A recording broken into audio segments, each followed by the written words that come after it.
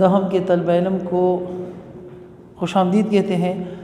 آج ہم تشبیہات اور استعارہ کے بارے میں پڑھیں گے، ان کے درمیان ڈفرنس کیا ہے، ان کے درمیان فرق کیا ہے، وہ ہم آج واضح کریں گے۔ جیسے کہ میں آپ کو بورڈ پر بھی لکھ چکا ہوں کہ کسی چیز یا کسی شخص کی کسی خاص خوبی یا خامی کی وجہ سے کوئی خاص لفظ پکارا جائے تو اس کو تشبیہ کہتے ہیں، ٹھیک ہے۔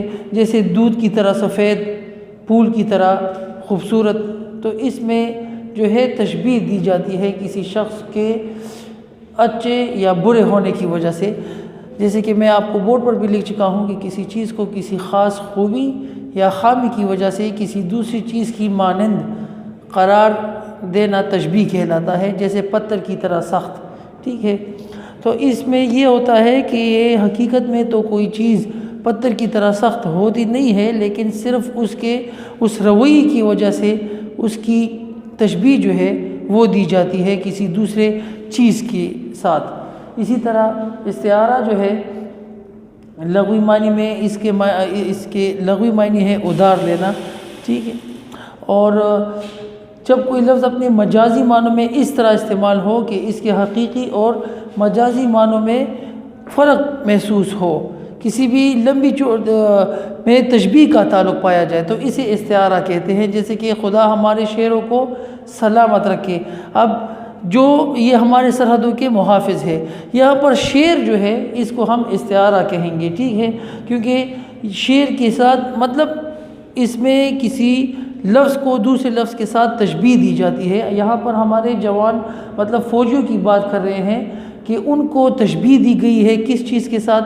شیروں کے ساتھ، تو اس کو ہم کہیں گے استعارہ۔ یہ استعارہ کی ایک مثال ہے، باقی آپ لوگوں کے نوٹس میں بھی موجود ہے، آپ لوگوں کے گائیڈز میں بھی موجود ہے، اس کی اور مثالیں بھی آپ لوگ اپنے نوٹس میں دیکھ سکتے ہیں۔ ضرب المثل کی طرف بڑھتے ہیں۔ ضرب المثل کیا ہوتی ہے؟ ضرب المثل کے پیچھے کوئی نہ کوئی واقعہ جو ہے وہ ہوتا ہے، کوئی پرانی کہاوت، یہ انسان کے تجربات اور گہرے مشاہدے سے وجود میں آئی ہوئی ہوتی ہے، جس کو ہم ضرب المثل کہتے ہیں۔ جیسے کہ بورڈ میں میں لکھ چکا ہوں کہ ابھی دلی دور ہے۔ اس کے بارے میں مشہور یہ ہے کہ ایک حکمران تھا، نام تو خیر ابھی میرے ذہن میں نہیں آ رہا، لیکن محمد تو ایک حکمران تھا، تو کہا جاتا ہے کہ وہ بڑا عیاش تھا اور آرام پسند تھا۔ تو اس کے بارے میں یہ کہا جاتا ہے کہ ان سرحدوں پر حملہ ہوا تو اس کو کسی نے اطلاع دی کہ بھئی سرحدوں پر حملہ ہو چکا ہے اور مطلب ہمیں شکست ہو رہی ہے۔ تو اس نے یہ کہا کہ ابھی دلی دور ہے، مطلب ابھی دلی تک جب وہ لوگ پہنچیں گے تو تم لوگوں کو اتنی فکر نہیں کرنی چاہیے، دلی تک پہنچیں گے تو پھر دیکھیں گے۔ تو کسی بھی ضرب المثل کے پیچھے کوئی نہ کوئی کہانی ہوتی ہے، یا اس طرح گھر کا بیدی لنکا ڈائے، اس طرح لنکا کا ایک راجا تھا، وہ اس کی بیوی کو جو ہے وہ کوئی لے گیا تھا، تو جو اس کی بیوی کو لے گیا تھا اس کا بھائی جو تھا وہ اس کے ساتھ اس کی مطلب دشمنی تھی، اس کا ہر ایک گر جو ہے وہ اس کی کمزوری کو جانتا تھا، تو اس نے لنکا کے راجا کے ساتھ مل کر اس کی بیوی کو چھڑانے میں اس کی مدد دی۔ تو اس لیے کہتے ہیں کہ گھر کا بیدی لنکا ڈھائے، مطلب اگر گھر میں کوئی آپ کا خیر خواہ نہ ہو اور آپ کا دشمن موجود ہو آپ کے گھر میں، تو باہر کے خطرناک دشمن بھی جو ہے وہ اتنا کچھ نہیں بگاڑ سکتے جتنا کہ گھر کے اندر موجود اگر آپ کے ساتھ کسی کا اختلاف ہو تو وہ آپ کو بہت نقصان پہنچا سکتا ہے۔ اسی طرح رام رام چپنا پرایا مال اپنا، ٹھیک ہے،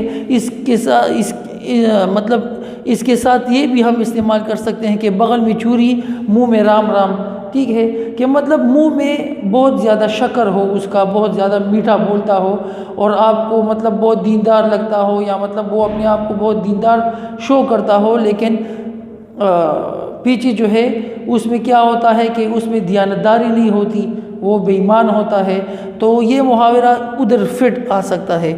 اس طرح آواز خلق کو نقار خدا سمجھو۔ اب یہ آواز خلق جو ہے یہ کسی ایک بندے کے ساتھ تشبیہ نہیں ہے، یہ عوامی آواز کو کہتے ہیں، کہ جب پوری عوام کسی چیز کے سے تنگ آ جائے اور ایک نعرہ لگائے تو اس کو ہم کہتے ہیں آواز خلق کو نقار خدا سمجھو۔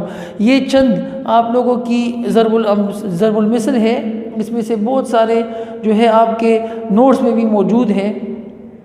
اس کے علاوہ یہ سیکھنا بہت زیادہ ضروری ہے، کیونکہ پیپرز میں پرچے میں جو ہے وہ خالی جگہ پر میں آ سکتے ہیں یا درست جواب کا انتخاب کرنے میں آ سکتے ہیں، ٹھیک ہے۔ اس میں سے ضرب الامثال یا تشبیہ یا استعارہ ان میں سے آپ کے پرچے میں بھی آ سکتا ہے۔ امید ہے طلباء کو سمجھ آ گئی ہوگی۔ اس کے بعد جو ہے آپ لوگ چند ضرب المثل، استعارہ اور تشبیہات لکھ کر لائیں گے، یہ آپ لوگوں کا گھر کا کام ہے۔ شکریہ۔